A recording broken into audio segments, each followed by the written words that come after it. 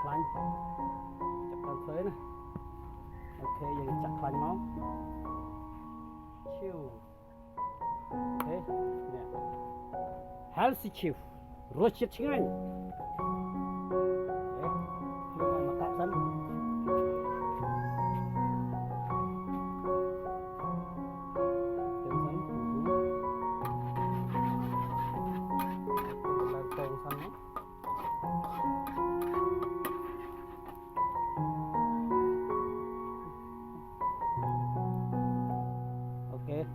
បាច់យើងចាប់ដើមពី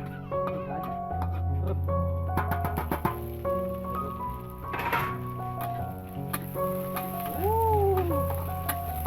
ជួយហើយយើងលេងគ្រឿងឲ្យឡើងក្រហមសិនយើងចាក់សាច់ចូលណា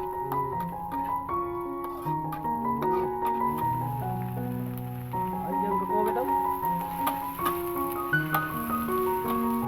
ស្ករស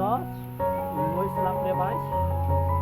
ហើយពីទេយើងដាក់បងទៅចាក់អូខេហើយរ៉ូឌីដាក់បងដែរស្រ័យលៃលោតាមកាសគោរបស់អរអ្នកទីស្រ័យអំបិលយើងដាក់ទីបានហើយព្រោះយើងវាយរ៉ូឌីដាក់អូខេហើយទឹកត្រីណាំផ្លាដាក់តិចអូខេប្រៃទៅយហើយបន្ទាប់មកទៀតយើងដាក់ friction គ្រឿងច្រើនណា friction អូខេ friction រួចហើយយើងធ្វើមកទៀតអូខេយើងដាក់តាមគោវាទៅតាមគោវាអូខេគោវាឲ្យប៉ះគ្រឿងហ្នឹងអូខេឥឡូវយើងគ្របវាសិនអាយ៉ាអូយវ៉ាឡាក់អូវ៉ាវយើងឆាប់តែខាត់សិនណា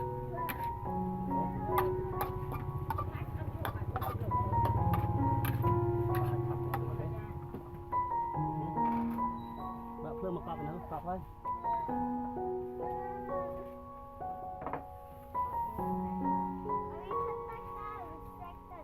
ចាក់ទឹកចូលបន្តិចទៅដើម្បីវាឆាប់តាមសាច់ណាចាំទេហ្នឹងមកហើយយើងគ្របទៅវិញសិនទៅគ្របទៅវិញសិនអូខេគ្របមកវាពុះគ្របខាត់ទឹកខាត់ទឹកមកបងម្រះព្រើបាទបងម្រះព្រើហើយយើងអាចលើកដាក់ចានមកពិសាបានជួបគ្នាទៀតបាទ